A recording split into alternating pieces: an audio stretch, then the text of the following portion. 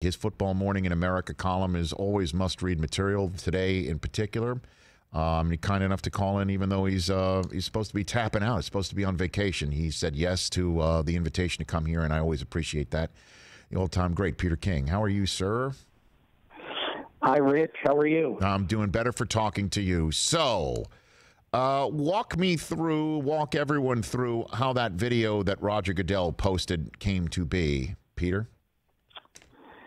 Well, Roger Goodell, like everyone in the league office, knew that there were players who were working with an NFL employee, a 27-year-old NFL social media producer, who, unhappy with the league's response and the unwillingness for the league to, on the record, in words, condemn racism and say Black Lives Matter.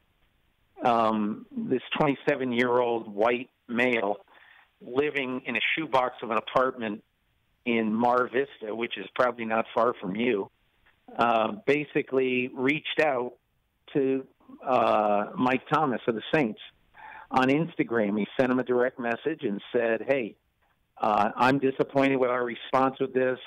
This is what I do. Love to help you. Reach out if you can. And 23 minutes later, Michael Thomas reached out to him and said, yeah, we need a vehicle. We have the opinions, and we also have the channels. We have the social media outlet to make this go wide. And so this video was made in a 24-hour period. I think everybody who is listening to this, most everybody, has seen it with the 20 NFL players on it. Just basically not, I'd say, asking nicely but forcefully to Roger Goodell and the NFL, listen to us. And, you have to do the following. And the next morning at 10 o'clock, Roger Goodell kicked off his virtual daily meeting with his executive vice presidents, and he kicked that off by saying, I'm going to make a video today. And then the rest of that day was basically made up with the script, what he's going to say, how he's going to say it. And he pretty much did almost exactly what the players asked him to do. Yeah. So I thought it was kind of a watershed moment. Now, where it goes from here, as I write, nobody knows. He's got 32 bosses, and this might be nice for Roger Goodell to say and think, but is he going to get buy-in from the owners in the NFL? Well, I guess what buy-in look like, Peter? I don't know. No one knows. I mean, does it mean that you can protest during the national anthem doing anything you want? Maybe. Does it mean that we are going to get together with players and make some sort of deal somehow, some way? We will do something if you will stand for the anthem at some sort of attention. I don't know. It's just so early in the process. Feelings are so raw. Opening day is 3 months from Wednesday. So there's plenty of time for people to just settle down and think about this and think about what a solution and next steps entail. Well, what about letting the players figure that out, and then the league basically saying "gotcha" and give them the platform that yeah. If you're listening, well, players come up with it. And then just in terms of kneeling on the anthem, I mean, you want to talk about the realities of 2020. It's been a long while since broadcasts showed the national anthem to a country, and if there's no fans in the stands, right, it may not have the same effectiveness of calling attention to what needs to have attention called to it. But Rich, they do, the networks do show occasionally. They do show the national anthem. There are games during the year, certainly at the Super Bowl and other.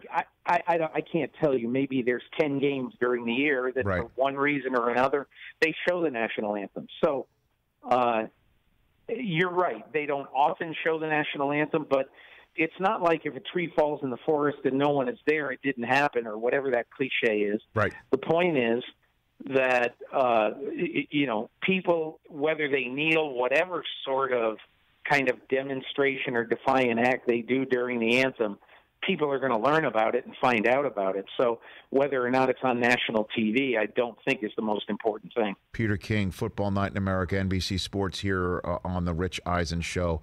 So now that it's filtering into, there's 32 members of the National Football League who can essentially make what this is seems to be moving in a seismic direction, actually codify this thing.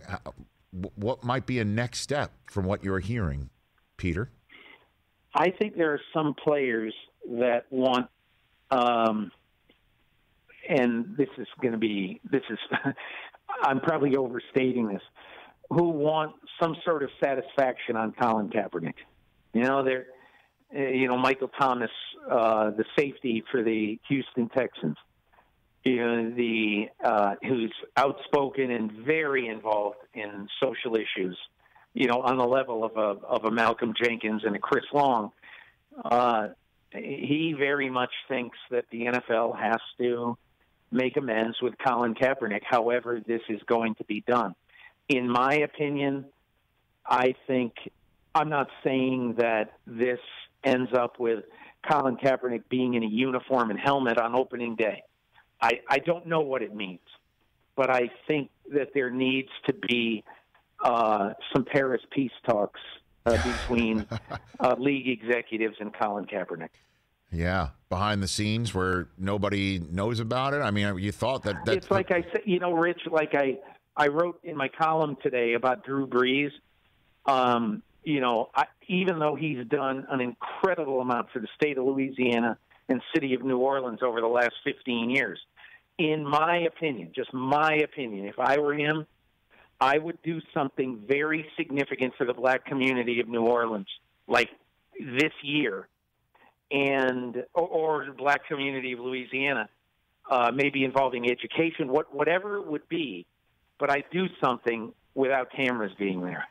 I would just do it because you had it in your heart that you really did want to make amends, if indeed that's what he wants to do. But I'm saying it's about the same thing with Kaepernick. I just think that there is still this open sore, and without putting salve on it and putting a bandage on it, I still think that a lot of this stuff is not going to go away. Well, I mean, and just before we move on to the actual playing of the season and the health protocols that were issued this morning about all 32 teams needing to follow when players are back in the facility. Peter King here on the Rich Eisen Show. I mean, what happened last year where Kaepernick was receiving a tryout, coming out of the blue, it was done, where nobody saw it coming. At least right. Most of us who follow the NFL and cover it and didn't see that coming.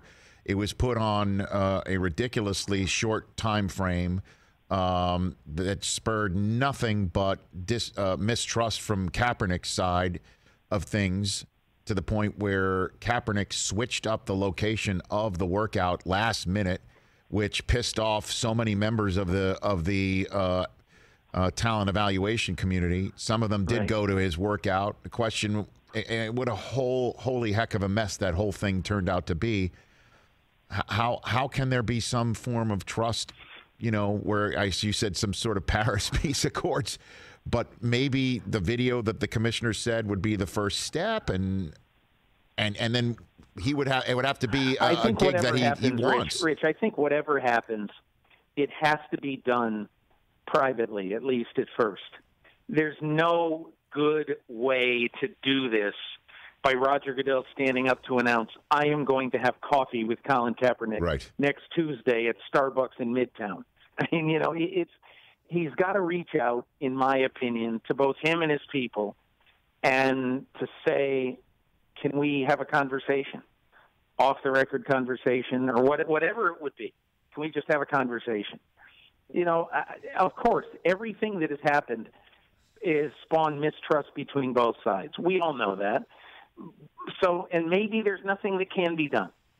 All I know is that I think that, at least in my opinion, that's where step one needs to be, because there are so many players in this league right now who are still hot that Colin Kaepernick got frozen out of a job 4 years ago. Peter King here on the Rich Eisen Show. Football Night in America is Peter King. So it sure looks like this season's going to go down, Peter, right? I mean, it looks like, coaches are back in facilities now, with the exception of, I believe, only the 49ers. That the health protocols were put out. They're very stringent, but it's nothing that cannot be done. And testing will be there. I'm hearing about, N95 material put over face masks to help mask players and practice social distancing despite being literally next to each other or on top of each other. Like, this looks like it's a go, Peter, to me. Well, it is. But again, you knew, basically, Rich, you knew that the NFL was going to come up with an exhaustive, extremely thorough plan. You knew that. They're too smart not to.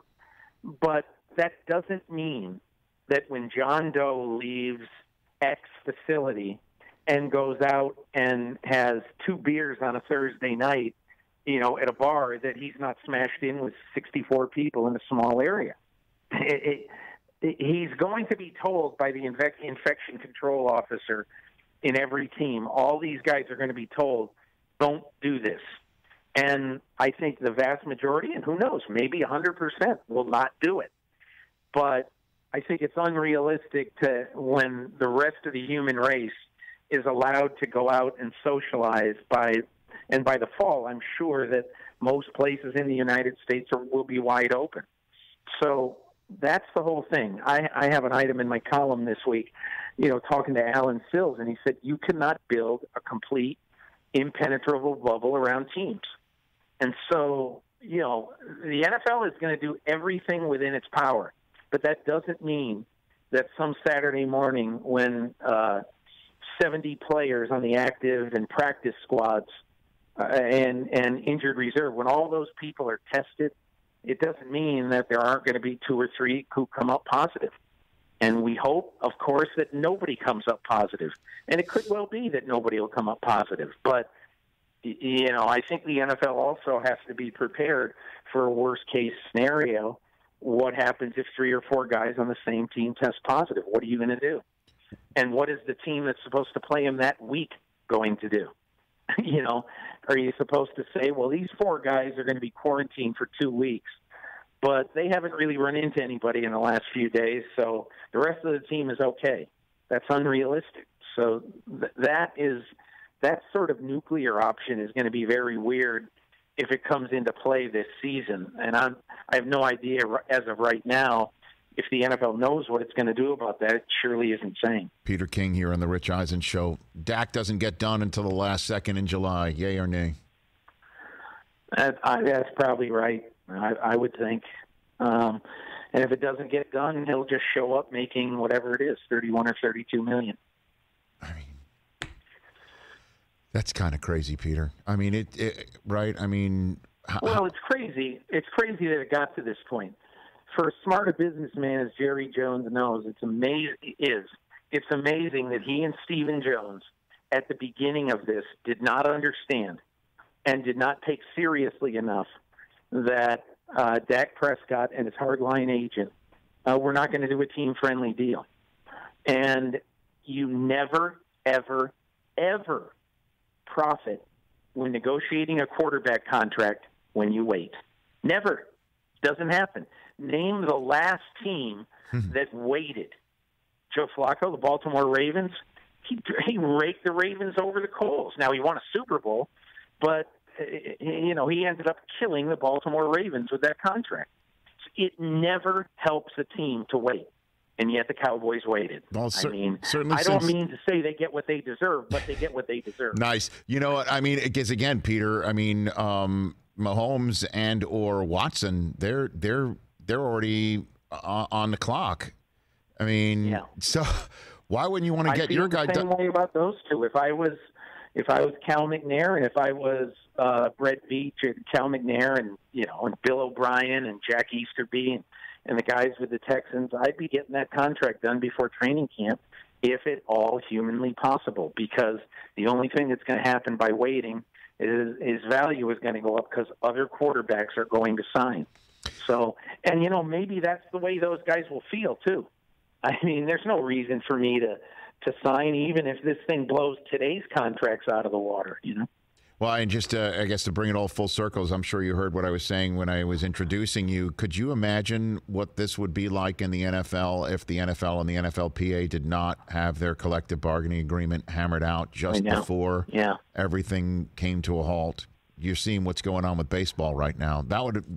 This would be a major part of the conversation right now, trying to get ready for playing season. Well, the amazing thing is, Rich, when you think about it, is that an average of 30 players in every locker room voted no on that contract. An average of 30 players. Think about that. Wow. 33 voted yes, 30 voted no. That's how close this was.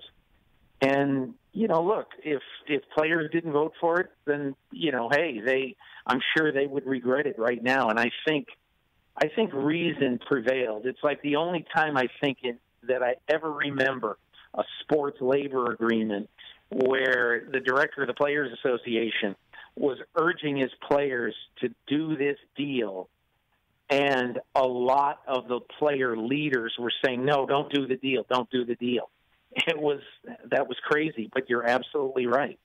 Players are certainly fortunate, in my opinion anyway, that they got the deal done. Peter, thanks for the time. Enjoy your time down. Always appreciate the calls to this show. Always. I really appreciate it, Rich. Thank you so much. You got it. That's Peter King at Peter_King. A must follow.